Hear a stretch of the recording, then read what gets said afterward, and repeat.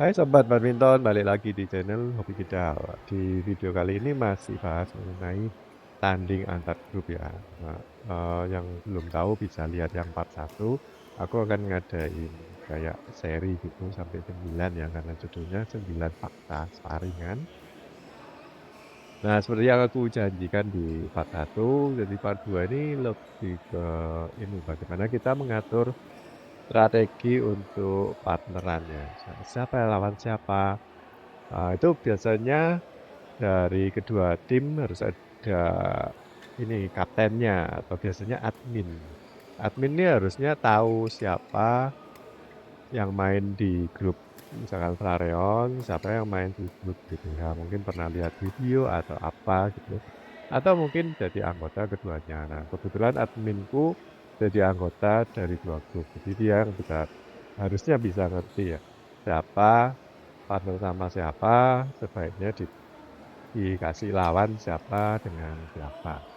Ya tujuannya biar lebih seimbang ya. Tapi karena grup Flareon ini orangnya banyak, jadi dia nurunin beberapa dari anggota mereka. Nah, sedangkan kita kekurangan pemain, jadi ada yang double-double mainnya, termasuk aku nanti juga mainnya double-double. Nah, kadang-kadang gini sih, kalau kita udah pasangin ini sama sini, terus lawannya ini, tapi kadang waktu hari H, oh nggak datang, terus diganti. Nah, gantinya ini harusnya seimbang ya. Nggak boleh kayak beda level yang lebih tinggi saat Ono ini dikeluarin, terus ini apa jadi timpang, level permainannya jadi timpang, jadi nggak enak dilihat atau kayak nggak level gitu. Nah, itu bisa jadi kayak strategi sih. Misalkan di satu grup itu kita keluarin yang levelnya menengah sama yang paling jago lah yang di grup itu. Sedangkan lawan juga punya seperti itu. Terus ada yang kayak pemula atau pelajaran. Nah, sebaiknya gimana? Kalau pemula ini apakah dipasangin sama yang bagus banget atau malah dicampur sama-sama pemula. Jadi memang kayak dikorbankan gitu ya. Nah, ini bisa jadi kayak strategi yang efektif sih menurutku ya.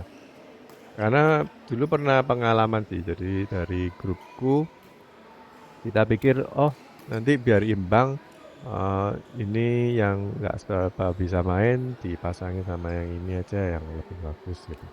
Ya nggak bagus-bagus amat, pokoknya yang paling bagus di grup itulah.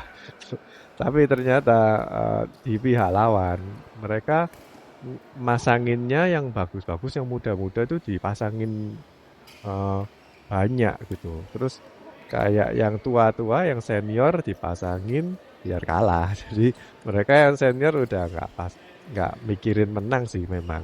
Jadi kayak nggak mau menang, jadi mainnya ya biasa-biasa gitu aja. Yang penting having fun kalau udah tua gitu, umur 50-an ada itu.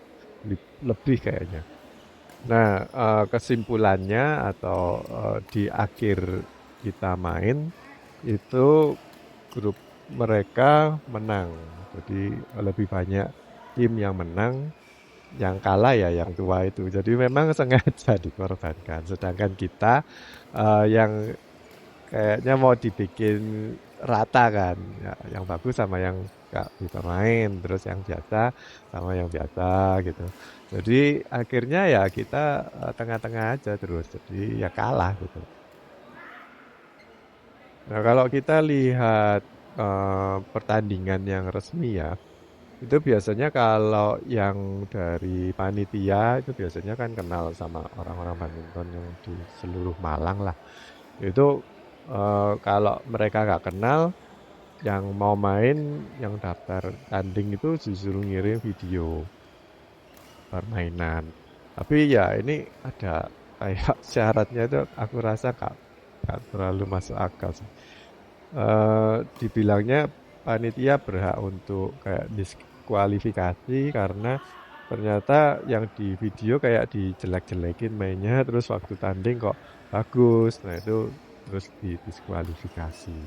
Ya kalau sebelum tanding terus dia les terus jadi bagus kan bisa aja sebenarnya. Tapi ya memang itu aturannya sih.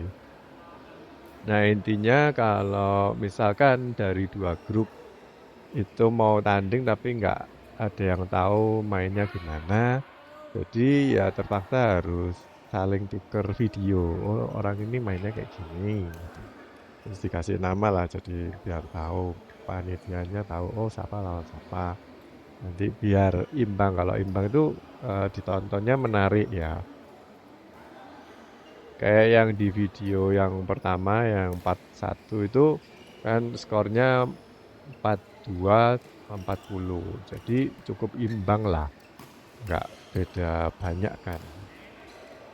Nah, kalau di sini ini sebenarnya kata adminku lawan dari grup kita ini yang deket sama kamera itu mestinya bukan itu, bukan pasangan yang harusnya ditandingkan sama dari grupku yang di sebelah sana itu, Yan sama Rahmat. Jadinya ini agak nyomplang.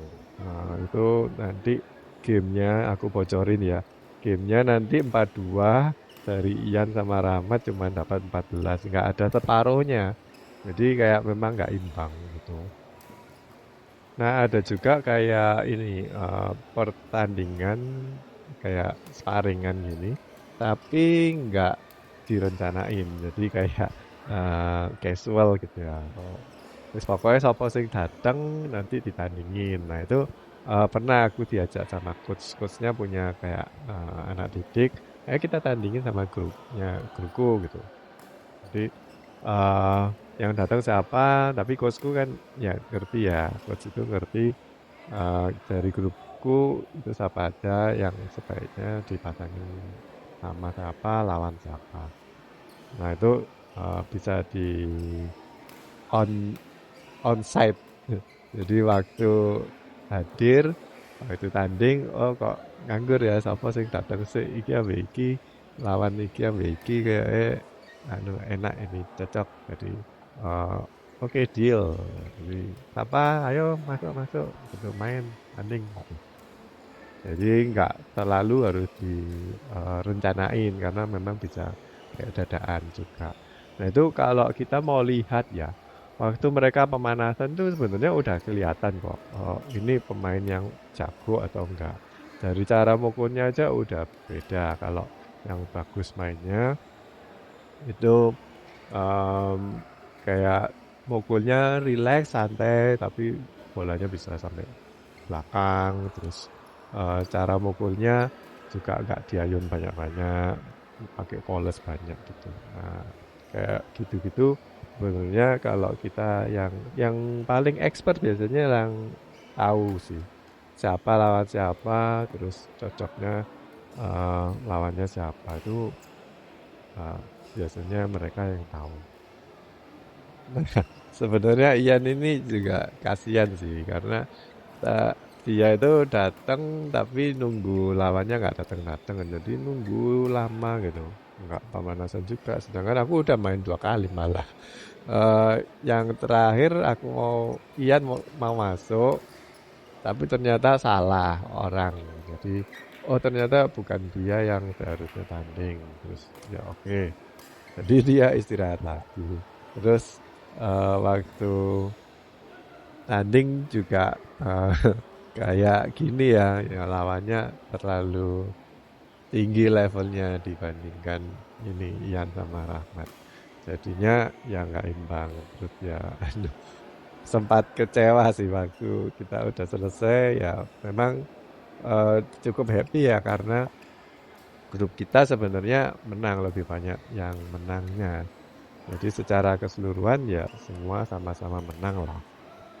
Cuman yang Ian waktu makan-makan setelah main itu bilang, oh aku kayak dikorbankan, jadi berkorban untuk semua.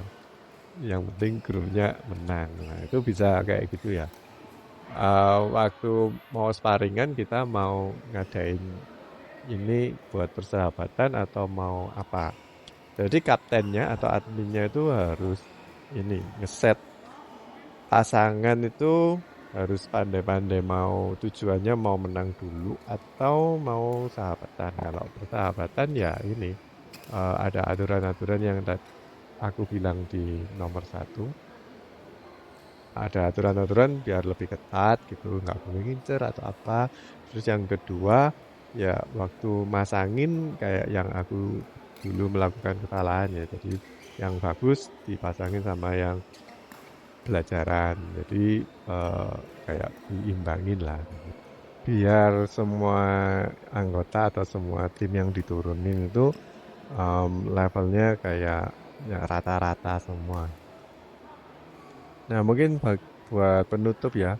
Jadi sebenarnya kalau kita itu ngelihat level teman-teman kita mainnya gimana, kadang-kadang kita lihat, oh ini mainnya bagus. Kalau dipasangin sama yang ini sama-sama bagus, kadang-kadang juga belum tentu cocok karena misalkan saling rebutan. Nah, itu juga nggak bagus juga kan buat ini buat kerjasamanya. Terus ada yang kayak yang pemain ini harusnya level mainnya itu dipasangin sama ini, jadi levelnya bisa rata-rata atau seimbang. Tapi ternyata sifat mereka ini kayak bertolak belakang. Jadi kalau berpasangan itu sering bertengkar. Jadi untuk kaptennya harus misah gitu. Walaupun kita satu grup, tapi kadang kan ada orang-orang yang di satu grup, apalagi kalau banyak ya. Itu ada yang siapa nggak cocok sama siapa gitu, jadi nggak pernah partneran. Nah, waktu di pertandingan kok dipartnerin padahal nggak pernah partneran. Nah, itu bisa jadi masalah ya. Jadi sebaiknya ya milih pasangan juga dilihat ini recordnya. Yang ini suka pasangan sama siapa? Ya, kapan hari yang di sini aku ditanyain sih sama adminku, Ku Cherry mau apa? Mau sama siapa yang kedua? Main yang kedua mau boloan sama siapa? Karena sama-sama 2 kali. Terus ya tinggal pilih aja. Kalau aku sih terserah sih mau boloan sama siapa karena aku udah tahu. Kalau sama ini aku harus ngapain, kalau sama ini aku harus ngapain. Kalau sama yang ini aku harus ngendong atau apa. Terus ya harusnya udah ngerti lah kayak gitu. Terus yang kedua, yang mungkin perlu diamatin juga, pemainmu itu mentalnya kuat atau enggak. Jangan-jangan di poin 3 atau 5 poin pertama ngelihat, oh lawannya kok bagus banget, jadi langsung ciut atau keder dan mainnya tambah rusak gitu. Kalau aku amati orang yang udah bapak-bapak ya, om-om atau engkong-engkong yang udah tua gitu mainnya, walaupun lawannya itu mainnya bagus, tapi dia tetap tenang. Mereka itu tetap tenang karena ya merasa ya wis tuwek lapo anu cari menang ya, pokoknya cari seneng, disuruh pasangan, suruh tanding ya wis lah. Terus mainnya tahu ngapain. Lop-lop aja. Jadi mereka itu mainnya ngelop, ngelop. Tapi jangan salah ya bapak-bapak itu main lobnya itu bisa sampai ke garis di belakang. Aku beberapa kali ngelepas ya. Tak lepas, aku kira out. Ternyata masuk. Aku kira out lagi, ternyata masuk. Wah, udah. Jadi aku akhirnya nggak berani ngelepas-ngelepas bola yang di belakang. Karena kemungkinan besar mereka memang mainnya seperti itu, jadi dilatih terus supaya bisa ngelopnya itu tinggi sampai ke belakang dan pas garis terus. Jadi kayak pemain single. Tapi ini double dan bapak-bapak udah tua-tua, tapi mainnya kayak gitu. Nah itu mungkin bisa dijadikan kayak tips ya. Eh, Buat yang anak-anak muda kalau memang lihat lawannya nggak seimbang bagusan mereka, ya nggak perlu panik sih. Jadi loss main loss aja, menang ini pasti kalah. Jadi ya let's do our best. Nggak perlu apa kayak mental mentalnya ciut atau apa gitu. Jadi ya pokoknya main aja lah gitu. Kalau udah tahu oh kita dikorbanin, ya jangan dipikirin terus, aduh aku dikorbanin, kalah lagi, dikorbanin lagi. Nah, jangan dipikirin terus, jadi fokus ke game aja. Untuk penting masuk dulu, poin dulu. Oke guys, jadi gitu aja video kali ini. Semoga bermanfaat. See you in part 3. Bye bye.